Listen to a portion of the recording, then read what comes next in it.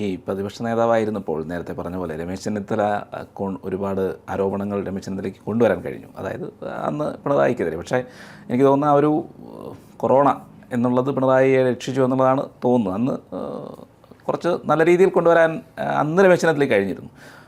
പക്ഷേ അത് കഴിഞ്ഞ് വി ഡി സതീശൻ പ്രതിപക്ഷ നേതാവായി വന്നതിന് ശേഷം അങ്ങനെ കാര്യമായ ഒരു ആരോപണങ്ങളോ ഒന്നും അല്ലെങ്കിൽ ഇതൊന്നും കൊണ്ടുവരാൻ കഴിഞ്ഞില്ല. ഇത് ഞാൻ രമേശ് ചെന്നിത്തലയോട് ചോദിച്ചിരുന്നു. അപ്പോൾ ഒന്ന് ഒഴുകി പറഞ്ഞങ്ങ് പോവുകയായിരുന്നു ചെയ്തത്. അല്ല, ഇതിന് കാര്യം എന്താണെന്നറിയാമോ? വി ഡി സതീശൻ ഒരു കമ്മ്യൂണിസ്റ്റുകാരനാണ്. രമേശ് ചെന്നിത്തല പോലും ഭാഗികമായിട്ട് കമ്മ്യൂണിസ്റ്റാണ്. ഞാൻ ഇടതുപക്ഷമാണ് എന്ന് കഴിഞ്ഞ ദിവസം വി ഡി സതീശൻ മാതൃഭൂമിയുടെ കാ ഫെസ്റ്റിവൽ പറഞ്ഞില്ലേ, അത് ഇതിനു മുമ്പും പറഞ്ഞിട്ടുണ്ട്.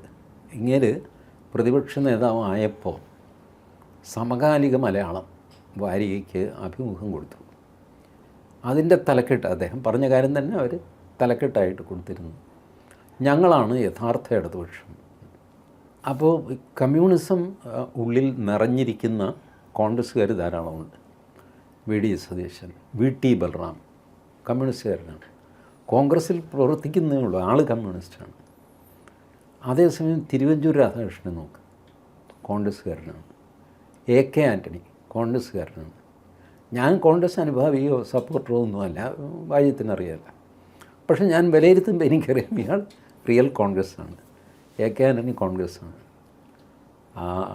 വി ഡി സതീശൻ കമ്മ്യൂണിസ്റ്റുകാരനാണ്. വി ടി ബൽറാം കമ്മ്യൂണിസ്റ്റുകാരനാണ്. ഈ ബെന്നി ബെഹനാൻ തരക്കേടില്ലാത്തൊരു കമ്മ്യൂണിസ്റ്റുകാരനാണ്.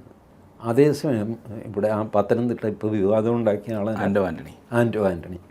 ആൻ്റോ ആൻ്റണി കൂടുതലും കോൺഗ്രസ്സുകാരനാണ്. കമ്മ്യൂണിസം കുറവാണ്, ഇച്ചിരി ഉണ്ട്, എന്നാലും കൂടുതലും കോൺഗ്രസ്സാണ്. ഇത് ഏറിയും കുറഞ്ഞിരിക്കും.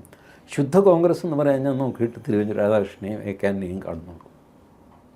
ഈവൻ വി എം സുധീരൻ പോലും ഇടതുപക്ഷമാണ് കുറേ അധികം. അത് കേരളത്തിലെ ഒരു പ്രത്യേകതയാണ്. ബി ജെ പിയിലുണ്ട് ഇടതുപക്ഷക്കാർ, അറിയോ? ബി ജെ പി ഇത് കേരളത്തിൽ നമ്മളെ രാജഗോപാൽ രാജേട്ടൻ കേരളത്തിന് ഒരു ഇടതുപക്ഷ മനസ്സാണ് എന്ന് പണ്ട് പറഞ്ഞിരുന്നു. ഒരു 10-15 വർഷം മുമ്പാണ് കേരളത്തിന് ഇടതുപക്ഷ മനസ്സാണെന്ന്. അന്ന് അത് ഗൗരവത്തിൽ ആരും എടുത്തു, മറ്റ് പലരും എടുത്തു. ബി ജെ പിക്ക് ഗുണം പിടിക്കാത്തതിൻ്റെ കാരണം അതാണ്, അങ്ങനെയാണ് ഇങ്ങനെയാണെന്നൊക്കെ പറഞ്ഞിട്ട് രാജേട്ടനെ ട്രോളുകയൊക്കെ ചെയ്തു. സ്വന്തം കൂട്ടത്തിൽ നിന്ന് ആരും അത് ഗൗരവത്തോടെ എടുത്തില്ല. അത് എടുക്കണം എന്ന് ഞാൻ പലരോട് ആവശ്യപ്പെട്ടു. ഞാനാരാ പോവില്ലെന്ന്. കാരണം ഈ ഇടതുപക്ഷ മനസ്സ് എന്ന് പറയുന്നത് ഒരു ഡേഞ്ചറസ് സാധനമാണ്. ഇടതുപക്ഷമാണ് ശരി. ഇപ്പോൾ സച്ചിദാനന്ദൻ ഇടതുപക്ഷം വീണ്ടും അധികാരത്തിൽ വരരുത് എന്ന് പറയും. കാര്യം എന്താ? വന്നാൽ ഇടതുപക്ഷത്വം നഷ്ടപ്പെടും. ഇപ്പം തന്നെ നഷ്ടപ്പെട്ട് കഴിയും. ഇനി ഒരിക്കൽ കൂടെ അധികാരത്തിൽ വന്നു കഴിഞ്ഞാൽ അവസരവാദികൾ മുഴുവൻ കയറിയിട്ട് കമ്മ്യൂണിസം ഇല്ലാതെയാകും. അതാണ് പുള്ളിയുടെ വേവലാതി. ഇപ്പോൾ ഇടതുപക്ഷ മനസ്സെങ്ങർക്കുണ്ട്. ഉടനെ അത് വി ഡി സതീശൻ ചാടിപ്പിടിച്ചു. വി ഡി സതീശൻ്റെ വിചാരം ഇത് കോൺഗ്രസ്സിന് വോട്ട് ചെയ്യാനുള്ള ആഹ്വാനമാണെന്നാണ്. അങ്ങനെയൊന്നുമല്ല. അതിൻ്റെ ഉദ്ദേശം മറ്റ് പലതുമാകാം. എന്തുവായിക്കോട്ടെ, അതിൻ്റെ ഉദ്ദേശത്തിലേക്ക് നമുക്ക് കടക്കണ്ട. ഈ ഇടതുപക്ഷം എന്ന് പറയുന്ന ഒരു സാധനം മനസ്സിൽ കിടക്കുന്നു ഇവരുടെ എല്ലാം. അതുകൊണ്ട് ഇപ്പോൾ വി ഡി സതീശനും പിണറായി വിജയനും തമ്മിലുള്ള വ്യത്യാസം എന്താണെന്ന് ചോദിച്ചാൽ നിങ്ങൾക്കൊന്നും പറയാനില്ല. വി ഡി സതീശനോട് തന്നെ ചോദിക്കുക, എന്താ നിങ്ങൾക്ക് പിണറായിയോട് ദേഷ്യം? അല്ല, അത് പിണറായി കുടുംബാധിപത്യമാണ്, അത് വേണ്ടാന്ന് വെച്ച് കഴിഞ്ഞാൽ പിന്നെ ശരിയായല്ല ആയി എന്ന് പറയേണ്ടി വരും വി ഡി സതീശന്. അതാണ് കാരണം. ഐഡിയോളജിക്കലി വ്യത്യാസമില്ല, ഒരേ ഐഡിയോളജിയിൽ നിൽക്കുകയാണ്.